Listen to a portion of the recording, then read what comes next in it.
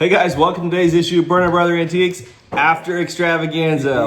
Man, what a week. We're going to wrap it up, talk it up, answer questions. Let's go.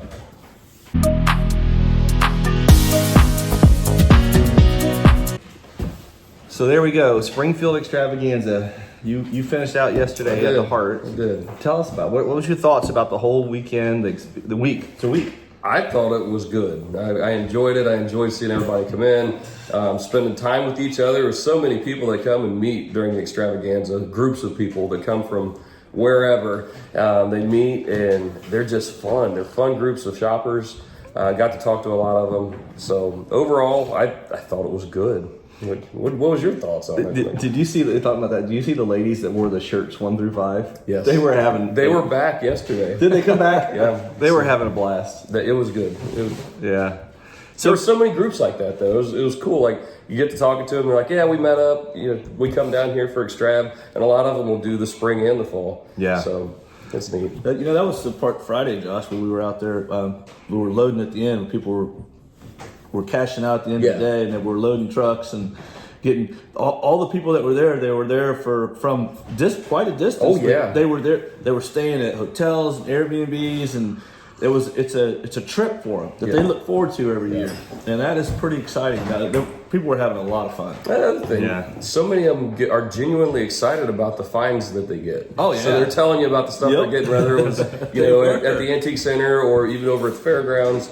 It's just fun. It's a really good. Several, what you guys are talking about. Yesterday's video I posted, I actually did I tried to get a lot of the people that came in shopping yesterday on video just to kind of show our viewers that experience. Anyways, one group of 3 ladies, they actually, one of them flew into Indianapolis. The other 2 picked them up in Indianapolis from the airport and drove over. We had groups from all over, from Alabama, Wisconsin, California. Like it was amazing to me, all the different places where people would fly in and they would meet up. Usually at the Heart. Tennessee Go Vols, I heard that. We had some Tennessee people and they were excited about their football team. Yeah, they're excited. That's good. That's good.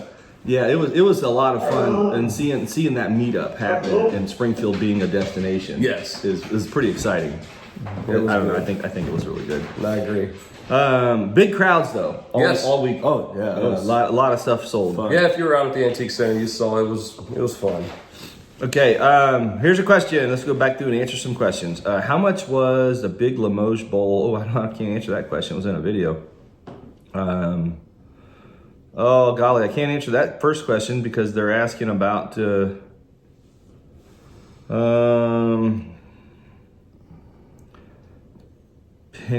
Penny Fields.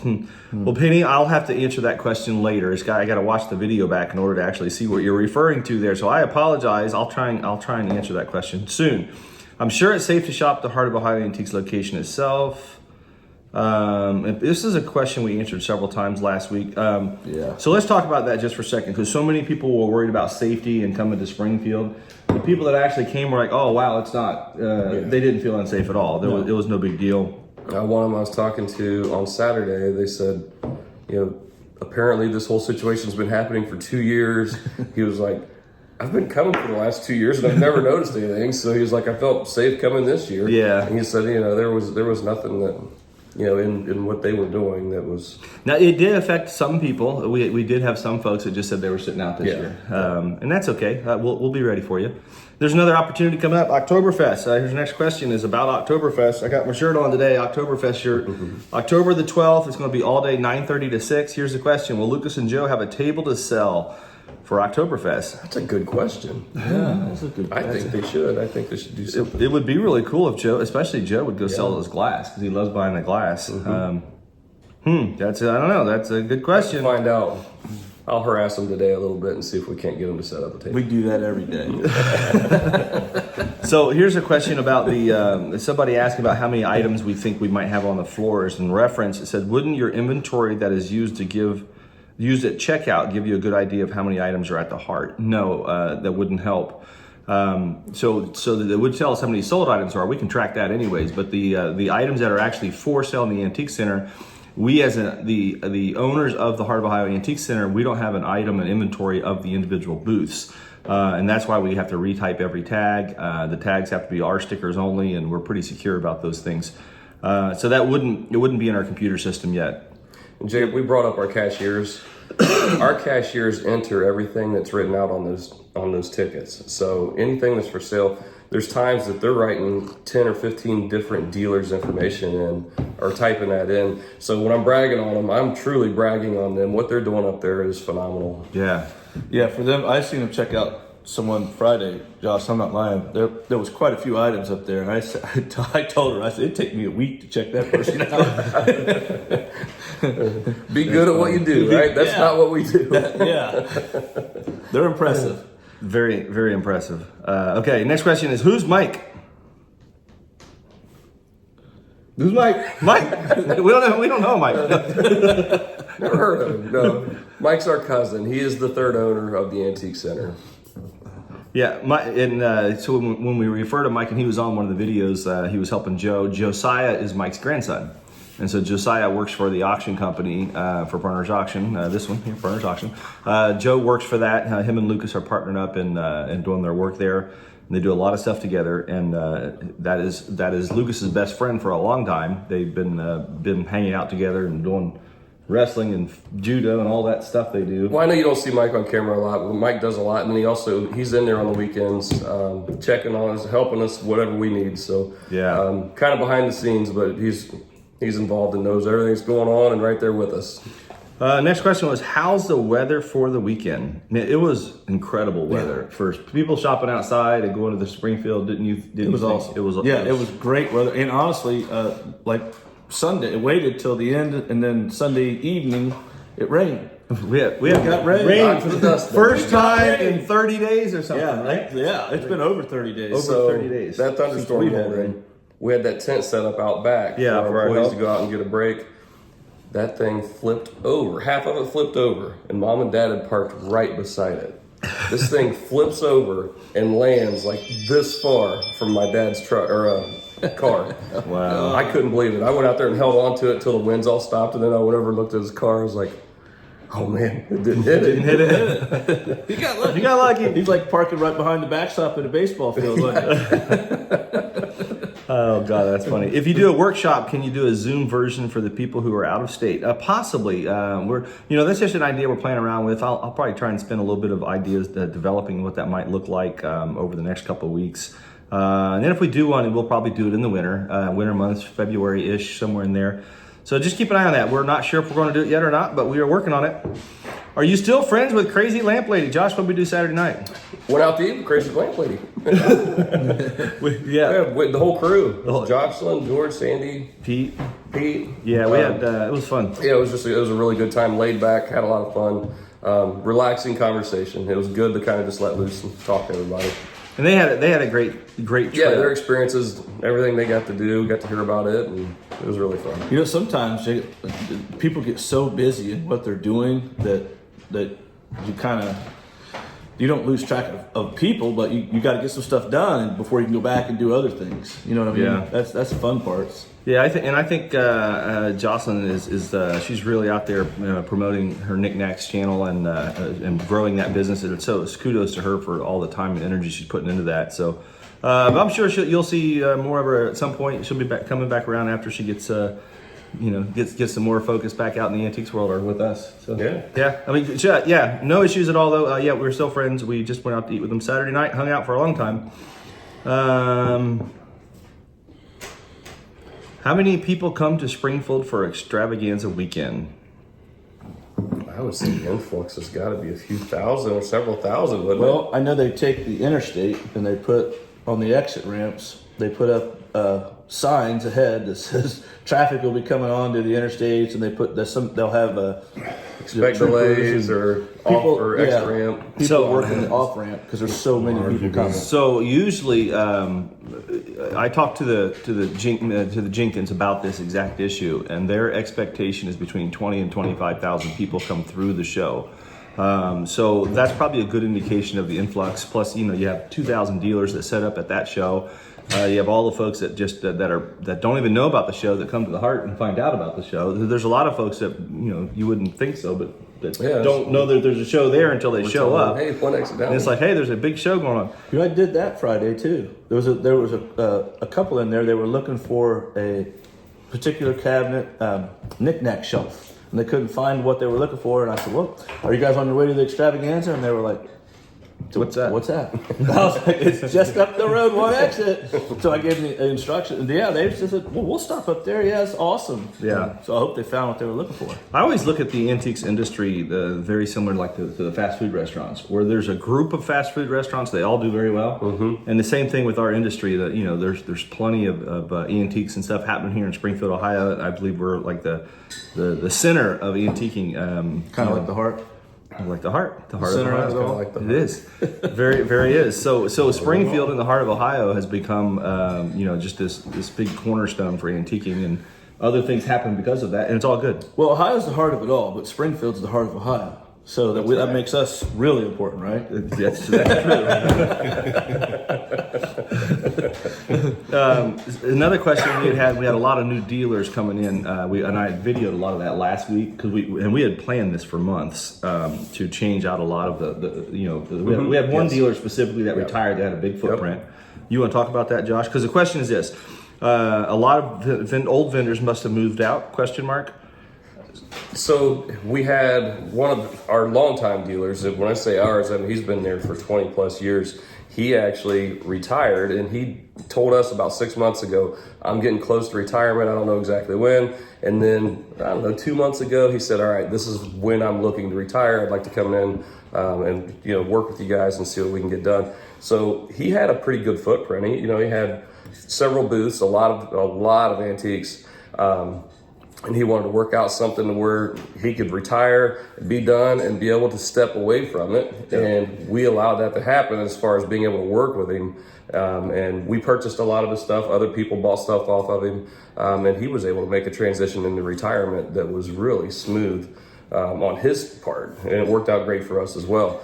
And it allowed us to do the movements and stuff. So what we did, and if you notice, we had mid-century in our highlights for 8 weeks. It was purposeful because we knew that Ken, a longtime friend, was going to retire, and he's actually done interviews with us. We have, and we knew he was going to move, and so what we did is he had a total of about five booths if you combined all their space, somewhere in there.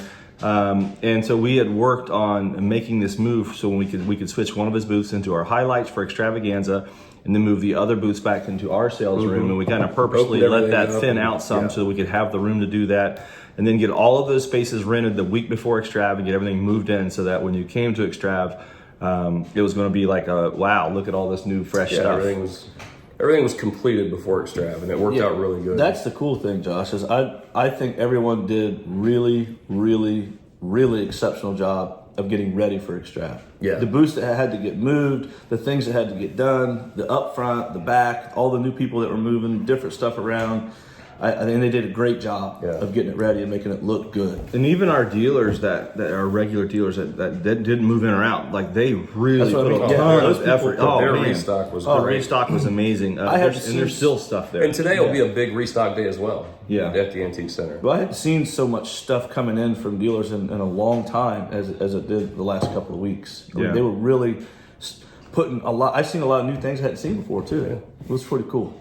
Yeah. Okay. Here's a question. If you don't own the antique mall, do you think you can make a living just selling items on Whatnot? It's an interesting question.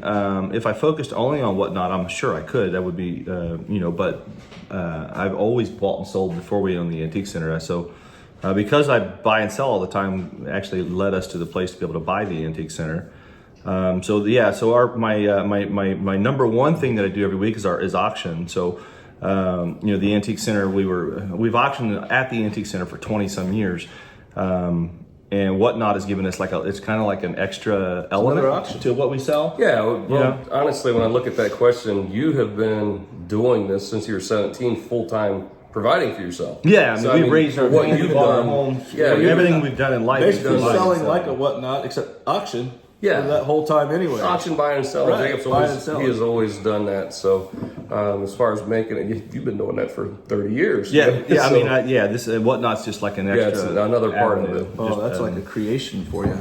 I mean, It's been fun. I always enjoy yeah. new things in our industry, and Whatnot's definitely been one of those. But buying and selling, if you took the word Whatnot out and you put Papaw's here, guys. That's jamming. He's jamming. I turned it all the way off. I thought you got it all the way off. Turned That's it all the awesome. way up. You turned it all the way up. Turned the wrong way. So so that's glasses, I guess. That's interesting. Is my wife and I we've never done anything else outside of buying and selling to raise our family, and so. Whatnot's a pretty new thing for us, so it's added to what we do. Buying the antique center has only been a year and a half ago we bought it. Yep. Yeah. So and it's saying that's not a 9-to-5 job. no, That's a lifestyle. it's a lifestyle. You gotta do. You wake up, go to sleep. Everything else is work in between. I always said you got to carve time out. Yeah. You don't. You're always on. There's no Right. time you're off duty, and you just carve out times to do things. That's so true. But it's so enjoyable being around everybody. Yeah, but that's the thing about what you do. You gotta when they say love what you do and do what you love. I think that's why he's so successful at it, because he does. He loves doing it, and then jumping in it like I am actually over the last couple of years helping and doing stuff. Whew, it's fun. I'm enjoying fun it. lifestyle. Oh yeah, I'm telling you way what. different. The work we did before. Don't get me wrong. Kudos to all the law enforcement people that are out there, but I'll tell you what, the life afterwards is a lot of fun. It's good to turn that page. It's good to turn the page. It truly Yeah. is. Here's a great question for Lucas. Is Lucas getting married? I hope so one day. Currently, he's not engaged. Sonny, you letting us in on something? Or? Was there some reveal today? He probably has never read that question. He's definitely dating. Audrey. Him and Audrey have been together for quite a while now, and they seem like they're doing well. We'll see where that leads. That's all. Well, that's kind of an important thing too. Like, she enjoys what he does. Yeah. Like, she likes that. She loves getting on our Whatnot shows Yeah. and selling and buying all of it. You have to find someone that likes what you're doing too. That's kind of part of the deal. It's cool.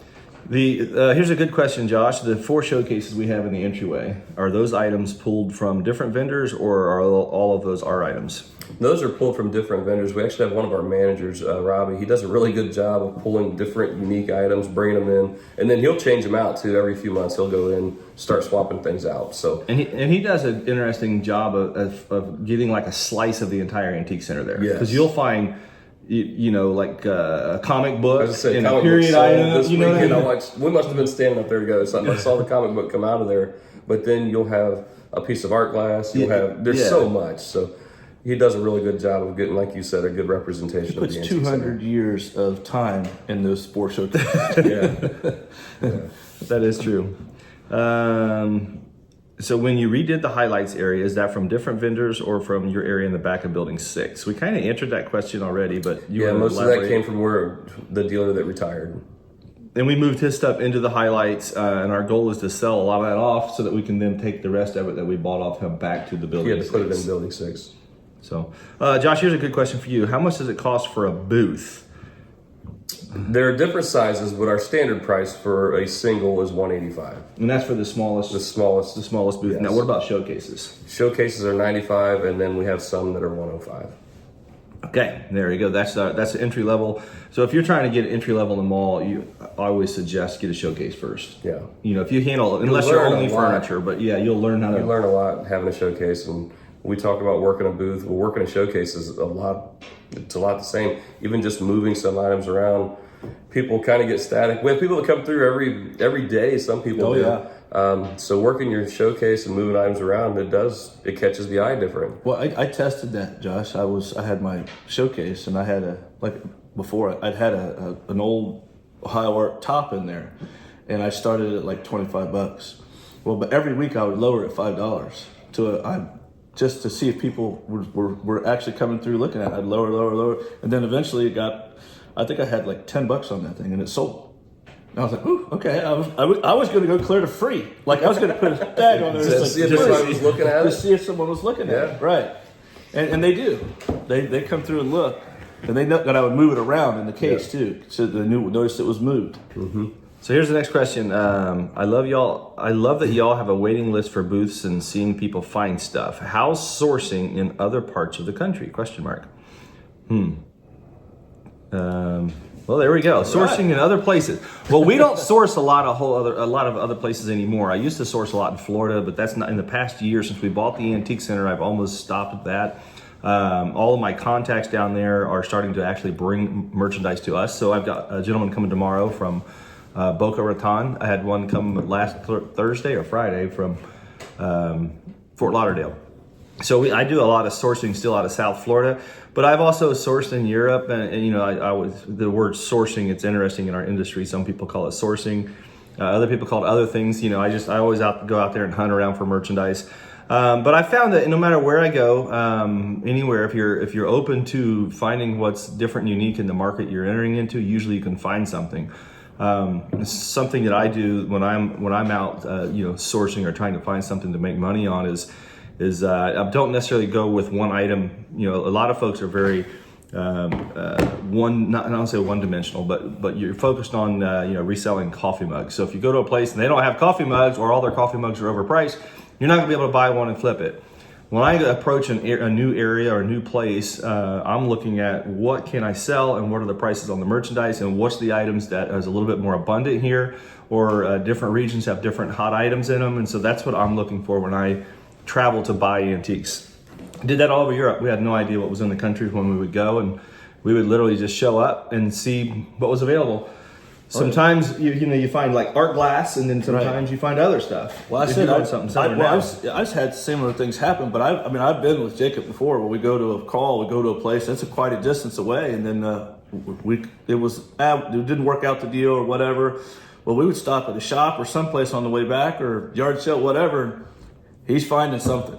Yeah. Well, we bought that dry sink in Kentucky. Well, we bought the dry sink in Kentucky. I think that was the same place you bought like all those cast iron skillets, all the skillets and marbles. Marbles. Yeah. He found 25 glass jars of marbles and about 40 cast iron skillets. Yeah, it's not normally what I'm looking for, but we were on a road trip. It's like, well, hey, let's find something. Let's find something. Yeah. He had to find something to, like you said, you're making a living out of it, so you got to pay for the day. Yeah. You can't travel that whole distance well, you can. We've done it, but he found a way to pay for the day. Yeah, and I think that if you're open to looking and understanding buying and selling as a whole, generally speaking, there's always something that you can pick up. Very rarely is there something where just go to a place and you can't buy anything. Even often if it's nothing else, I can generally flip costume jewelry, which is almost anywhere in the country, no matter where you look. So, where's Jocelyn been? We answered that question already. She was in Springfield. We just had dinner with her again Saturday night. I'm British and Halloween isn't so popular here. Can someone please explain why the Little Witch figurine is over $700? That's interesting. So that was probably made in the 50s or 60s. But what's interesting about Halloween collections and collections in America, like people collect weird and odd things, and there's no rhyme or reason for why they start collecting. Yeah. But some things like that's a cultural item that over time has developed into this massive collecting. And right now, like the blow molds blow my mind. I had no idea the blow molds have started to come in too. Oh, we sold over the weekend. We started selling them like crazy over the weekend.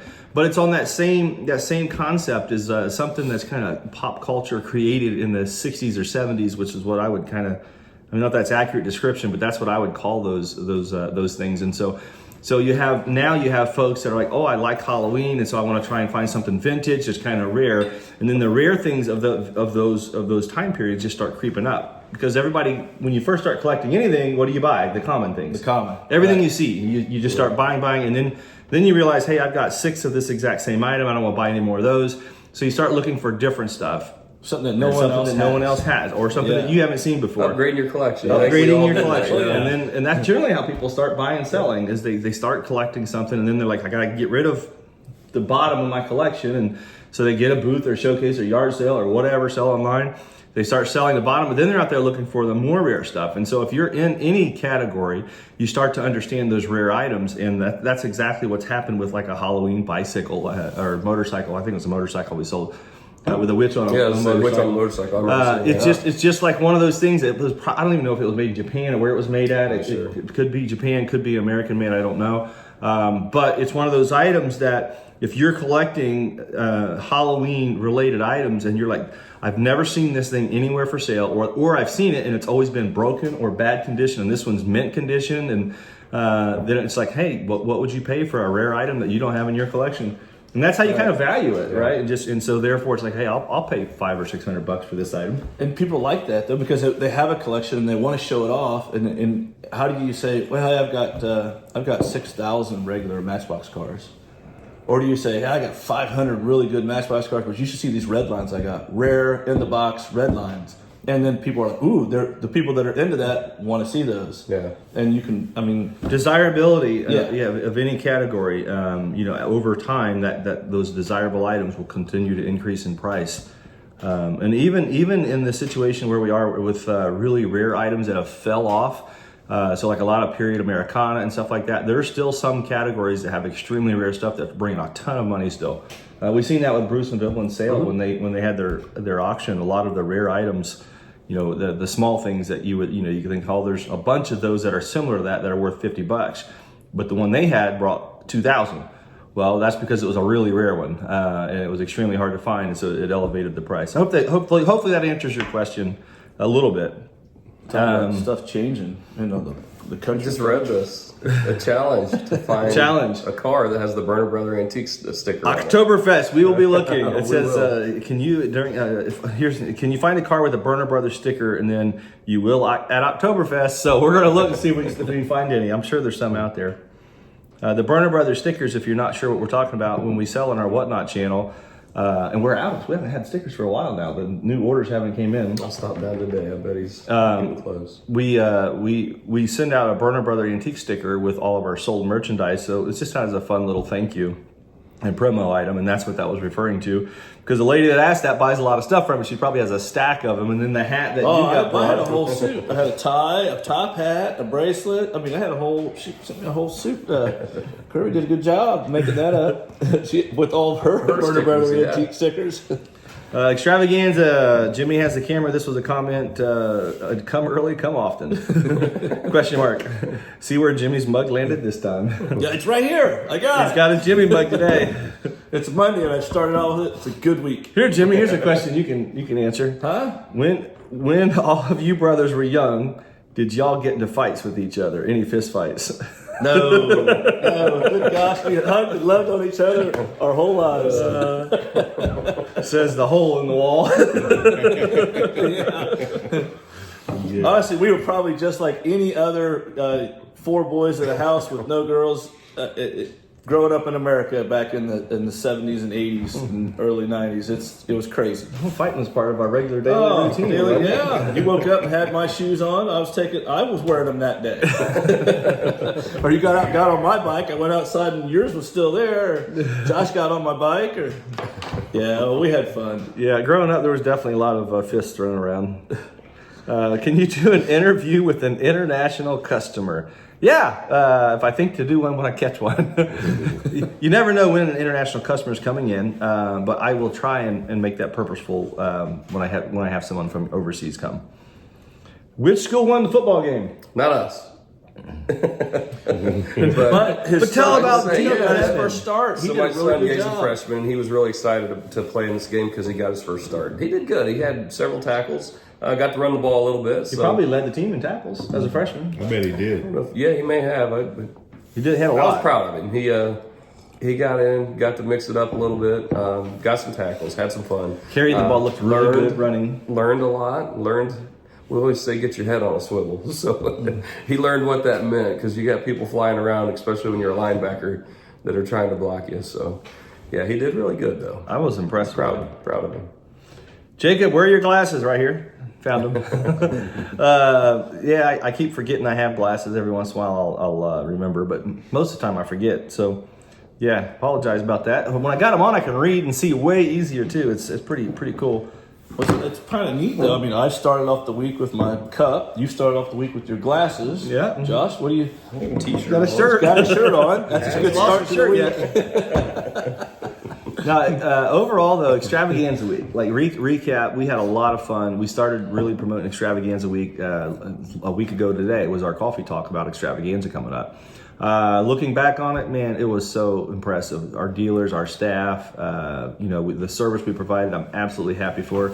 Most of our customers, 90% plus, 99% plus, we're completely satisfied with their experience. Every once in a while, you just get someone that gets angry or aggravated or whatever, but that happens. I ask a lot of times, I ask them, well, what do you expect? People that are there for the first time, I say, well, did it live up to the hype?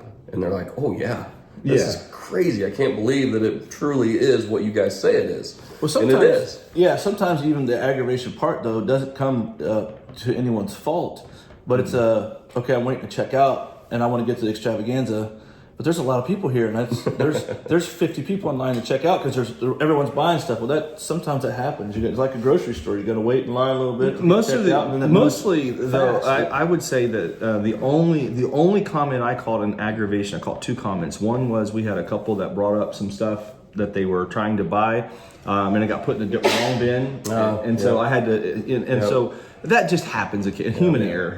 Thousands of items are going out, and sometimes somebody's got 15 things on their mind. Maybe they set it in the wrong bin. Right. And I know they always try to write it out and put it on there first.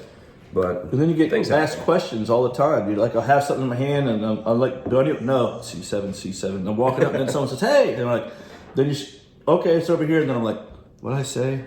A7? Probably Jimmy that put it in the wrong booth, in the wrong spot. I hope it wasn't me. But what was really cool was that couple. I heard them walking and talking to each other, and they were like, I can't believe they lost our item or whatever. And so I was like, hey, let's go see if we can find it. Yeah. Went back. I found the item instantly. It was in a return. It was just put on the wrong spot. Got it for them. Helped them get checked out. When they were done, they were like, man, that was awesome. Like we were angry because we thought we were going to lose our item, but really it didn't. It was really secure, and they thanked us, and it was really good. The only other comment that I had negative, that I heard was someone was complaining about our 3% surcharge for credit cards, but that's this is a family business, and all of the merchandise is owned by people, and so the 3% that if you use a credit card, because that's what we are charged, and it's the same fee that we're charged, so we relay that on. Yeah. And then we can't help that. Now, 99% of all the people I talk to charge that. That'd be nice, but if they would do free charges for us. 99% of all the people though were extremely happy. They were so friendly. We met so many great people over the weekend. I think that was for me the most exciting part, was just seeing the smiles of the people coming there with joy, showing up. Some people came for 2 and 3 days just to shop the heart of Ohio. You see them shopping all day, then they come back the next day and they're there again. They're like, yeah, we didn't even get through it all, or we went through it all really fast. We want to go slower this time, because you're talking about a mile underneath of roof of booths and showcases that you can shop. It takes a lot. There's probably close to 1 million items or more, I don't know, for sale. So yeah, that experience coming out to the heart of Ohio, if you have not been yet, we invite you to come out. Octoberfest, October 12th, 2024, 9:30 to 6. It'll be all day. So what Octoberfest is, it's an antiques fair hosted by the Heart of Ohio for the Heart of Ohio dealers. So what's different from the antiques fair that we're going to host on Octoberfest is we are actually setting up an outside show area for the dealers. They can come, they get an additional space to bring additional merchandise, not merchandise from the mall coming out, but additional merchandise coming in that they're going to be able to sell directly to you. We're expecting to have between 50 and 100. Actually, we're at 60 now, so it's going to 60. So it's increasing, somewhere between 60 and 100 dealer vendors setting up, as well as it's free. There's no charge to our vendors or to the public coming in. We're also going to have beer garden and brats. Josh is working on the brats. Brats will be the special today. It's going to be a great atmosphere. Jimmy is going to be there. I'll be there. Did you hear this though? I just want to make sure everybody heard that he's still working on the brats. He hasn't got it narrowed down yet. He's still taste testing brats. He's been taste testing for 2 weeks, 3 weeks, 4 weeks. A month. About a month of taste testing brats. Well, I get it though. I would too. Nothing wrong with that. I want to make sure we get the right one. Who's been taste testing all the beers? What I want to know. Well, is he doing that too? I don't know who got that job. So anyways, come on out October 12th, guys. We invite you. We will be there. I'll be there just hanging out. I'll probably be helping with some of the serving of the drinks or something. I'm just there and talking to you guys. Ask me questions. Come October, I will be there just to talk with you guys, answer questions about buying, selling, whatever I can help with. Rain date. No. I know. No, there's no rain date. A lot of people have asked, so if it's rains or whatever, we would Be obviously inside. We would just be inside and be doing our thing. Yeah. In the outside dealers. But we still have brats and Oh yeah. We'll still have the beer and the brats. yeah. That Jimmy's won't change. information booth will be a beer booth. Yeah, we'll have plenty of information. We'll have a lot of information, a lot of great conversations. So no matter what, if you come October 12th, we've got We're gonna be a there having contingency plan. If it does have bad weather, we're going to be inside only, and we may have a few outside dealers that bring their own tents, but it's not going to be a full-fledged fair like it would be if it's not raining. We're planning on great weather. No rain. We haven't had rain for a month. Yeah. So Our odds are good. But odds are good. Odds are good. Yeah, so keep that in mind. Don't forget, like, subscribe, comment, and there's something I want to ask all of you guys to do. If you know people that are interested in buying and selling antiques or like antiques in general, ask them to follow our channel and join you guys. We'd love to continue to grow the channel and spread word about the heart of Ohio and the industry as a whole. Part of our job, we feel like, is to grow our industry as America's largest antique center. That's why we do these videos every day, to help grow and encourage people, grow our industry, encourage people in buying and selling. So share with your friends, ask them to jump on board. Follow us at Burner Brother Antiques on YouTube. And we would love to, have them get involved, answer their questions too. Yeah. We absolutely love seeing all of you and introducing yourselves when you come to the heart and see us and find us. So cool. It is awesome. I love meeting all the people. I think we probably met more people this weekend from our YouTube and whatnot channels. Mama's word of the day is a hit. So many people come in and are like, Mama, what's the word of the day? And she's sitting up there up front and just loving it. So she really enjoyed the past couple of days meeting everybody. And people say, we feel like we're becoming part of their family. Well, you are. Family's about relationships, and you build relationships with people, whether it's through antiquing or just being, listening and getting involved with what they're doing. We appreciate you guys coming out and enjoying the shows and the mall with us. Most special moment of the entire weekend before we go. Nice young lady came down from Michigan, seen Mamaw, Yes. and they just were instant best friends. Yep. And she watches our stuff all the Said time. word of the day turned into friendship right there. Word of the day was I friendship think it on the was moment. On the moment. So that was really neat. It was really cool. I recorded the part of that in the video from yesterday, I think. But it was a pretty special moment. So thank you guys for coming and joining us at the Extravaganza. All of you that came, and those that didn't, thanks for joining online. Blessings out there. We're going to end it right here, guys. Don't forget to like, subscribe, comment, and share with your friends. And we'll see you tomorrow.